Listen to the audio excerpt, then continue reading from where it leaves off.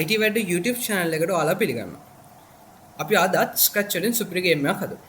මම අද ඔයාලට කියා දෙන්නේ කොහොමද Scratch වලින් jumping ගේම් එකක් හදන්නේ කියලා. මම මේ jumping ගේම් එකේ preview එක කලින් YouTube එකට දැම්මා. ඉතින් ඔයාලට පුළුවන් මම පළල description box එකේ link එකක් දාන්න. එහෙම නැත්නම් මගේ YouTube channel එකට ගිහිල්ලා මෙන්න මේ jumping game with Scratch කියන වීඩියෝ එකට යන්න. ඉතින් ඒකේ මම දාලා තියෙනවා මම මේ ගේම් එක කොහොමද ඩිසයින් කරලා තියෙන්නේ කියලා.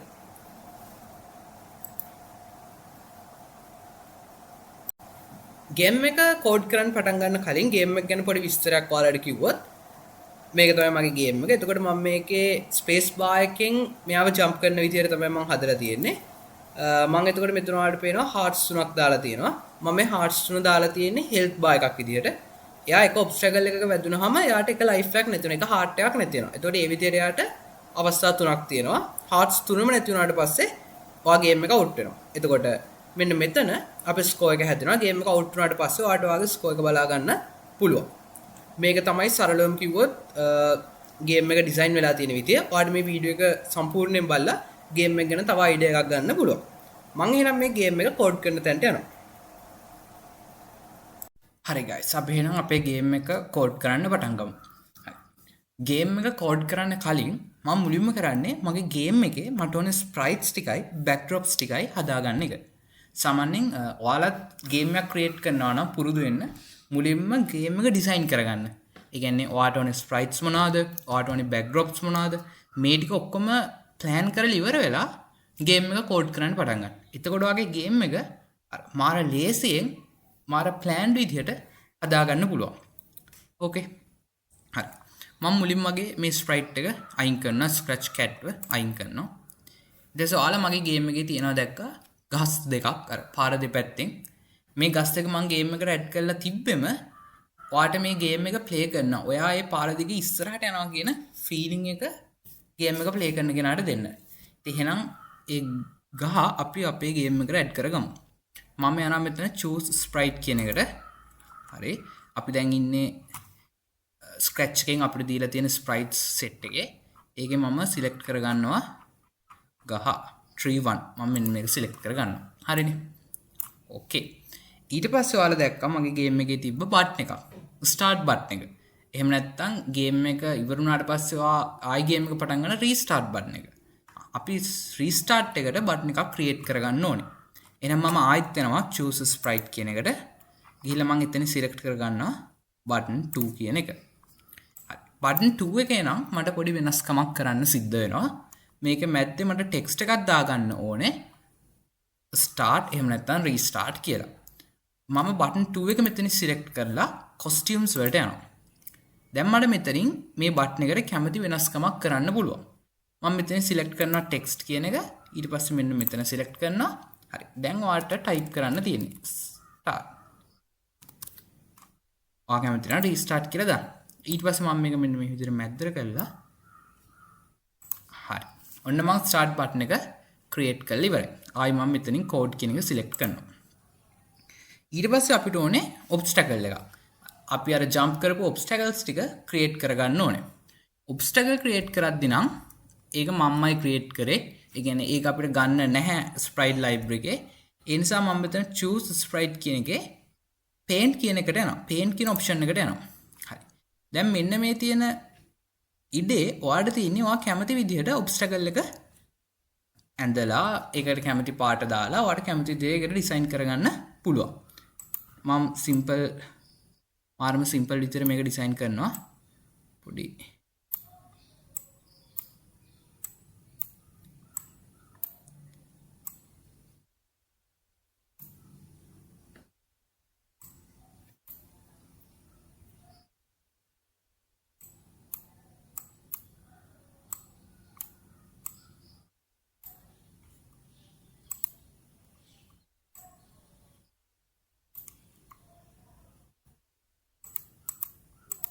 ඉතින් ඔයාලා මම මේ ඩිසයින් කරන විදිහටම ඩිසයින් කරන්න ඕනේ නැහැ.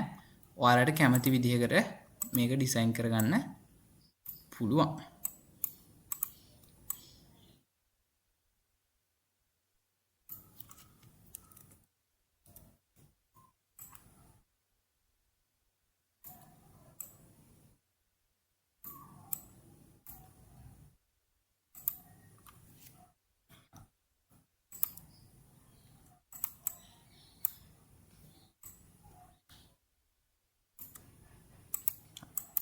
මට හිතෙන්නේ නම් මගේ ස්ප්‍රයිට් එකට මේ ඇති කියලා. ඔබ්ස්ටැකල් එක විදිහට මම මේක හදාගත්තා. ඉතින් ඔයා කැමති නම් ඔබ්ස්ටැකල් එක time to time change වෙන්න ඔයාලට පුළුවන් මෙතනින් තව ස්ප්‍රයිට්ස් ක්‍රියේට් කරගන්න. එක්සැම්පල් එකක් විදිහට මෙන්න මෙතනින් ආයි paint කියන එකට ගිහිල්ලා ඊට අලුත් ස්පේස් එකක් හම්බ වෙනවා. ඔයාලට මේකේ ආයි ඔයා කැමති විදිහේ ඔබ්ස්ටැකල් එකක් ඩිසයින් කරගන්න පුළුවන්. මම දැනට ඔයාලට එක ඔබ්ස්ටැකල් එකකින් ගේම් එක හදන්න කියා දෙන්නම්. ඔයාලට ඇඩ් කරන්න ඕන නම් කරන්න තියෙන්නේ මෙතන තව ඔබ්ස්ටැකල් එකක් ඇඳ ගන්න. පැහැදිලිනේ? මම ඒක ඩිලීට් කරනවා. ඊට පස්සේ අපි බලමු අපේ ඊළඟ ස්ප්‍රයිට් එක. ඊළඟට මට ඕනේ අර ජම්ප් කරපු ප්ලේයර්. එයාව මට ඩිසයින් කරගන්න ඕනේ. ඉතින් එයා නම් අපේ ස්ප්‍රයිට් ලයිබ්‍රරි එකේ ගන්න නැහැ. ඔයාලට ඔප්ෂන්ස් ගොඩක් තියෙනවා. ඔයාලට පුළුවන් ඉන්ටර්නෙට් එකට ගිහිල්ලා මේ වගේ ස්ප්‍රයිට් එකක් ඩවුන්ලෝඩ් කරගන්න. එහෙම නැත්නම් ඔයාලට පුළුවන් මම පාවිච්චි කරපු ස්ප්‍රයිට් එකම පාවිච්චි කරන්න. මම ඩිස්ක්‍රිප්ෂන් බොක්ස් එකේ මගේ ස්ප්‍රයිට් එකේ ලින්ක් එක දාලා තියෙනවා. ඉතින් ඔයාලට මගේ ඒ ලින්ක් එකට ගිහිල්ලා ඒ ස්ප්‍රයිට් එක ඩවුන්ලෝඩ් කරගන්න පුළුවන්. ඔයා ස්ප්‍රයිට් එක ඩවුන්ලෝඩ් කරගත්තට පස්සේ ඔයාගේ ෆයිල් එක්ස්ප්ලෝරර් එකේ ඔයාගේ සේව් කරන තැන ඒ ස්ප්‍රයිට් එක තියෙනවා. ඊළඟට ඔයාලට කරන්න තියෙන්නේ මෙන්න මෙතෙන්ට යනවා. ගිහිල්ලා ඔයා දැන් සිලෙක්ට් කරනවා අප්ලෝඩ් ස්ප්‍රයිට් කියන එක. අප්ලෝඩ් ස්ප්‍රයිට් කියන එකට යනවා. හරි. අප්ලෝඩ් ස්ප්‍රයිට් කියන එක ඔයාලට පේනවා. මගේ නම් මෙතන ඔප්ෂන්ස් ගොඩක් තියෙනවා. ඒකේ මේ player 2 කියන එක තමයි මගේ ස්ප්‍රයිට් එක. ඉතින් ඔයත් ඔයාගේ ස්ප්‍රයිට් එක ඩවුන්ලෝඩ් කරාට පස්සේ මෙන්න මේ වගේ මෙතන පෙන්නයි. මම මේ player 2 ස්ප්‍රයිට් කියන එක සිලෙක්ට් කරනවා. හරි. දැන් මම ඒක ඕපන් කරනවා. හරි. ඔයාලට පේනවා දැන් මෙතෙන්ට player 2 කියන ස්ප්‍රයිට් එක ඇවිල්ලා තියෙන්නේ. ඔයාගේ costumes වලට ගියොත් ඔයාලට පෙයි මම එතන ඔක්කොම ස්ප්‍රයිට්ස් ටික දාලා තියෙන්නේ. ඒ කියන්නේ යා දුවනවා කියන එක පෙන්වන්න අවශ්‍ය ඔක්කොම ස්ප්‍රයිට්ස් ටික මෙතන තියෙනවා. ආයි මම යනවා කෝඩ් වලට. ඊට ඔයා කැමති නම් කිසිම ප්‍රශ්නයක් නැහැ. ඔයාට ඉන්ටර්නෙට් එකෙන් ඔයා කැමති විදිහේ ස්ප්‍රයිට් එකක් ඩවුන්ලෝඩ් කරගන්න පුළුවන්. ඊට පස්සේ තියෙන්නේ අපේ අන්තිම ස්ප්‍රයිට් එක. ඒ තමයි හෙල්ත් බාර් එක. මම මේ ගේම් එකේදී පොඩි අලුත් දෙයක් කරලා තිබ්බා. මේ ගේම් එකට හෙල්ත් බාර් එකක් දාලා තිබ්බා. ඉතින් ගොඩක් ගේම්ස් වල හෙල්ත් බාර්ස් තියෙනවා ඔයාලා දැකලා ඇති. මේ හෙල්ත් බාර් එකත් ඔයා කැමති විදිහට ඩිසයින් කරන්න පුළුවන්. මම මේකෙදි පාවිච්චි කරේ හාර්ට්ස් 3ක්. මේක ගොඩක් ප්‍රසිද්ධ විදියක්. ඒතර ඔයාගේ එක ලයිෆ් එකක් තමයි එක හාර්ට් එකක් කියලා කියන්නේ. එහෙනම් මම ඒකට choose sprite වලට යනවා. ගිහිල්ලා එතනින් මම හාර්ට් එක සිලෙක්ට් කරගන්නවා. ඉතින් ඔයාලට මෙතනින් හාර්ට් එකක් සිලෙක්ට් කරගන්න පුළුවන්. මම මේ හාර්ට් එක සිලෙක්ට් කරගන්න. ඉතින් ඔයා කැමති නම් වෙන විදිහ එකක් වුණත් ඔයාලට දාගන්න පුළුවන්. මම costumes වලට යනවා. heart 2 කියන එක නම් මම delete කරලා දානවා. red shape heart එක විතරයි මම තියාගන්නේ. මේ red shape heart එකේ එතකොට අවස්ථා තුනක් මම මගේ ගේම් එකේදී දාලා තිබ්බා. ඔයාලා අනිවාර්යයෙන්ම මගේ preview එක බලන්න. නැත්නම් ඔයාලට පැහැදිලි මදි වෙයි මම මේ මොකද්ද කියන්නේ කියලා. මම මුලින්ම මෙන්න මේක තව ටිකක් පොඩි කරගන්නවා. size එක ගොඩක් ලොකු වැඩි. ඒ නිසා මම මෙන්න මෙතනින් මේ විදිහට පොඩි කරනවා. ඕකේ අපි ඔයාලට පුළුවන් මේක මෙන්න මෙතනින් තියලා size එක කොච්චරක් පොඩි වෙන්න ඕනේද කියලා පොඩි idea එකක් ගන්න. හරි. දැන් නම් පොඩි ඇති. ඊට පස්සේ මම ඒක ගෙනහැලා මෙන්න මේ විදිහට මෙන්න මේ මැද්දෙන් තියනවා. මොකද නැත්තම් ඔයාට ඔයාගේ ස්ප්‍රයිට් එක අදාළ තැනට දාද්දි පොඩි පොඩි ප්‍රශ්න මතුවෙන්න පුළුවන්. එහෙම නැති වෙන්නත් පුළුවන්. හැබැයි මේ විදිහට ආයේ ස්ප්‍රයිට් එක මැද්දෙන් තිබ්බොත් කිසිම අවුලක් සිද්ධ වෙන්නේ නැහැ. හරි. දැන් එක හાર્ට් එකක් තියෙනවා. හැබැයි එක හાર્ට් එකක් තිබිලා මදි. අවස්ථා තුනක් තිබ්බා. සමහර වෙලාවට එක හાર્ට් එකක්, සමහර වෙලාවට හાર્ට්ස් දෙකක්, සමහර වෙලාවට හાર્ට්ස් තුනක්. ඒකට මම කරන්නේ මේක ඩුප්ලිකේට් කරනවා. හරි. දැන් සේම් ඒ විදිහටම එකක් තියෙනවා. ඊට පස්සේ මම මේ හાર્ට් එක ඩුප්ලිකේට් කරනවා. කොපි කරලා පේස්ට් කරනවා. ඊට පස්සේ මම මෙයාව මෙතනින් තියලා මෙයාව චුට්ටක් මෙහෙට අරන් හරි. ඔන්න දැන් හાર્ට්ස් දෙකක් තියෙනවා. ඉතින් ඔයාලට මේක ෂේප් එකේ ඔයාගේ ඇහැ මිම්මට සෙන්ටර් කරගන්න පුළුවන්. ගානටම සෙන්ටර් උනේ නැහැ කියලා අවුලක් නැහැ. හරි.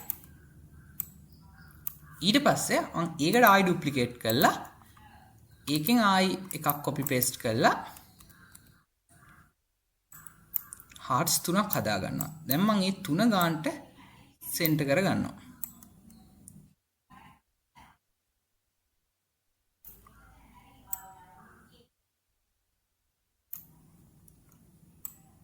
හරි. ඔයාලට දැන් පේනවා මෙන්න මේ විදිහට හාර්ට්ස් 3ක්, හාර්ට්ස් 2ක්, හාර්ට් එකක් තියෙනවා. පැහැදිලිනේ? ඕකේ. ඉතින් ඔයාලට ඕන නම් මේක අර එක ලයින් එකකට එන්න හෙල්ත් බාර් ලයින් එකක් එහෙම නැත්නම් නිකන් කොයින්ස් වගේ කැමති දෙයක් ඇඩ් කරගන්න පුළුවන්. එකම දේ තමයි ඔයාලට මෙතනින් ස්ප්‍රයිට් එක දාලා ඒ ස්ප්‍රයිට් එකේ අවස්ථා ටික කොස්ටියුම්ස් වල ඩිසයින් කරගන්න තමයි ඔයාලට තියෙන්නේ. හරි. මම කෝඩ් වලට යනවා. මම මගේ ගේම් එකට ඕනේ ඔක්කොම ස්ප්‍රයිට්ස් ටික ක්‍රියේට් කරගෙන ඉවරයි. ඊළඟට මට තියෙන්නේ ගේම් එකට ඕනේ බෑක්ඩ්‍රොප්ස් ටික ඩිසයින් කරගන්න. මම බෑක්ඩ්‍රොප්ස් ටික ඩිසයින් කරන්න බෑක්ඩ්‍රොප් කියන එකට යනවා. මේ තියෙන්නේ. හරි. එතනින් මම යනවා බෑක්ඩ්‍රොප්ස්. බෑක්ඩ්‍රොප් 1. බෑක්ඩ්‍රොප් 1 එකේ මගේ තියෙන්නේ නිකම්ම ස්පේස් එකක්. මුලින්ම මම කරන්නේ මගේ කොස්ටියුම් එකේ නේම් එක වෙනස් කරගන්නවා. මම කොස්ටියුම් නේම් එකට දාගන්නවා ස්ටාර්ට් කියලා. මම මුලින්ම ඩිසයින් කරන්නේ ස්ටාර්ට් බෑක්ඩ්‍රොප් එකෙන් සම ස්ටාර්ට් කියලා දාගත්තා. ඊට පස්සේ මම ටෙක්ස්ට් කියන එකට යනවා. මම සිම්පල් බෑක්ඩ්‍රොප් එකක් ඩිසයින් කරගන්නේ. ඊළ මම මෙතන දානවා ගේම් එක පටන් ගන්න නම් යාට ඉන්ස්ට්‍රක්ෂන්ස් දෙන්න එපා. මම ඉන්ස්ට්‍රක්ෂන්ස් ටික තමයි මෙතන දාන්නේ.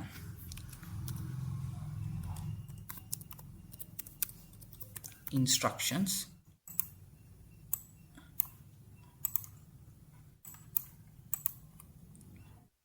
ඊට පස්සේ තව ටෙක්ස්ට් එකක් දාගන්නවා instructions ටික දාලා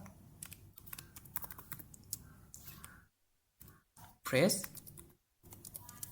start button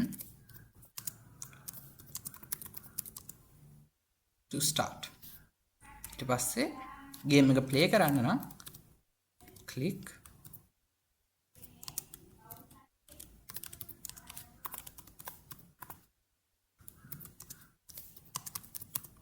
up arrow to jump. මේවා තමයි මගේ ගේම් එකේ තියෙන instructions ටික. හරි. ඔයාලට කැමති විදිහකට මේ වගේ මේක සෙන්ටර් කරලා හදා ගන්න පුළුවන්. ඔන්නම් මේක වටේ ඔයාලට බොක්ස් එකක් ඕනනම් බොක්ස් එකක් දා ගන්නත් පුළුවන්.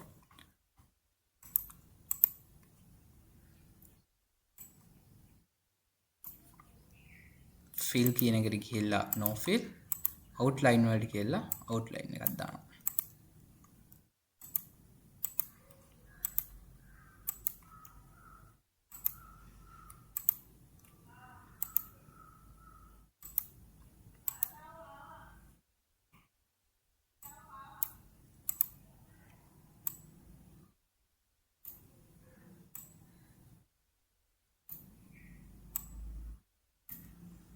fill වලට ගියා white select කරා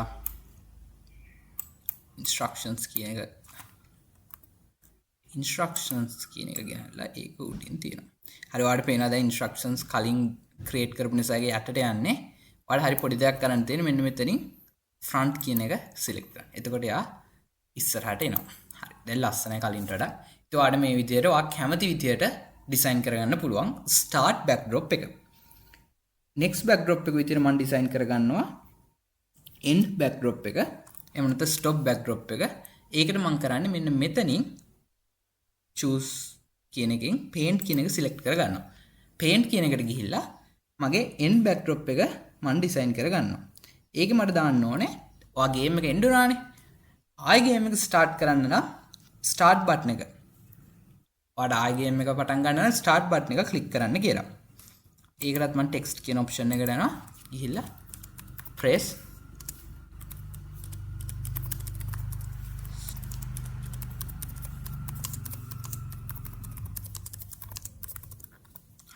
okay press start button to restart the game. Come on පොඩ්ඩක් මැද්දට ගියනවා.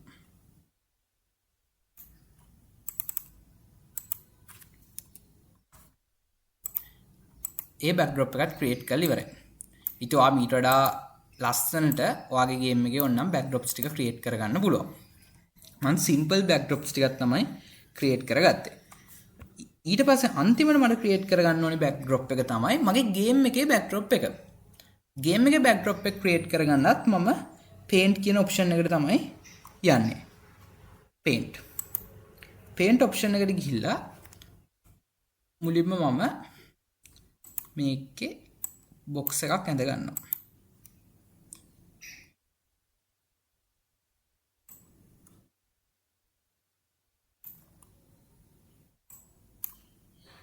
මේ area එක තමයි මම game එකේ road එක තියෙන area එක විදිහට ගන්නෙ.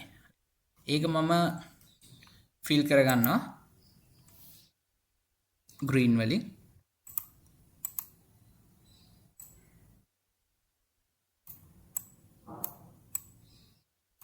හරි.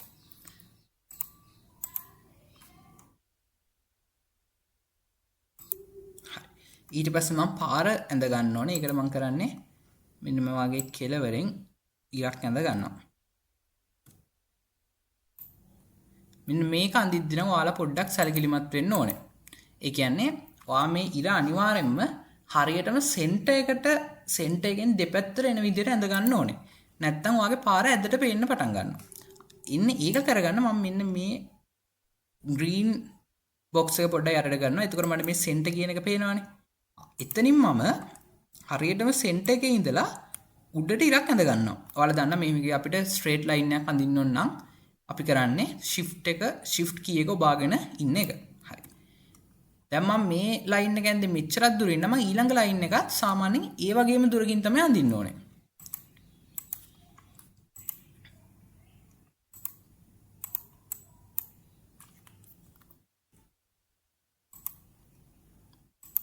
ඔයාලට මේකට තව වැඩක් කරන්න පුළුවන්. මෙන්න මේ විදිහට මේ ලයින් එක සිලෙක්ට් කරලා ඒක කොපි කරලා paste කරනවා. හරි. ඊට පස්සේ flip horizontal කියන එක සිලෙක්ට් කරනවා. එයා කෙලින්ම අනිත් පැත්ත හැරෙනවා. ඊට පස්සේ මම ඒක ගෙනහිල්ලා හරියටම edge එකට set කරනවා. හරිනේ. දැන් මට මේ line එක ඕනේ නැහැ. ඒ නිසා මම ඒක delete කරලා දානවා. ඊට පස්සේ මේක අවසානයේ පෙන්වන්න ඕන හින්දා මම මෙතනින් මේ විදිහට line එකක් ඇඳ ගන්නවා. ඉතින් ඔයාලට පුළුවන් මේක චුට්ටක් ලොකු කරලා මේකේ තියෙන මොකක් හරි ප්‍රශ්නයක් තියෙනවා නම් පොඩි අවුල් හරි තැනක් ඒක මේ විදිහට හදා ගන්න ඔයාලට පුළුවන්.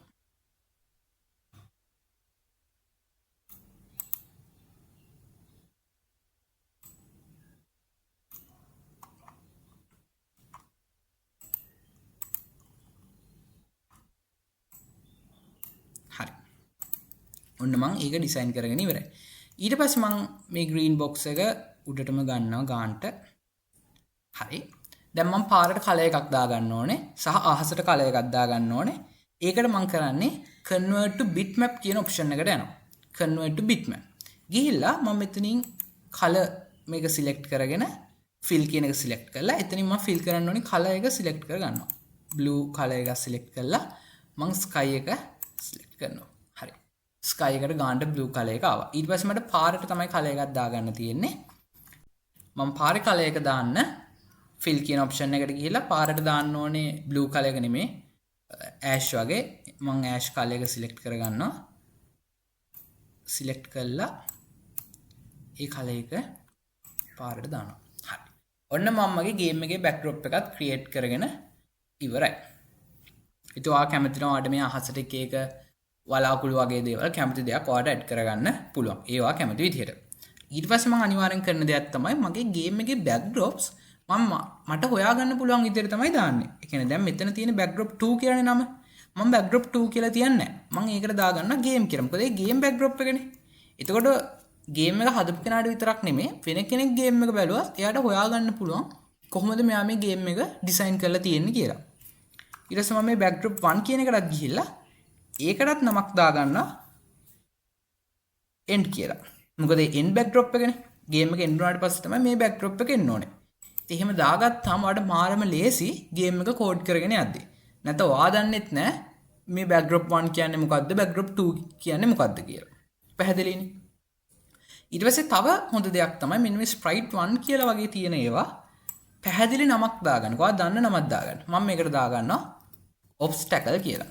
මොකද අපේ මේ sprite එක අපි පාවිච්චි කරන්නේ obstacle එකක් විදිහට. ඕකේ. දැන් මම යනවා code කියන option එකට. හරි. අපි ගේම් එකේ ලොකු පාර්ට් එකක් දැන් ඉවරයි. වීඩියෝ එක තව ගොඩක් දික්කට හදන්න බැරි නිසා ඔයාලටත් පහසු වෙන්න ඕන නිසා මම මේ වීඩියෝ එක මෙතනින් නවත්තලා part 2 වීඩියෝ එකක් YouTube එකට අප්ලෝඩ් කරන්න. ඉතින් ඔයාලා අනිවාර්යෙන්ම part 2 වීඩියෝ එක බලලා ගේම් එක කම්ප්ලීට් කරගන්න ඕනේ.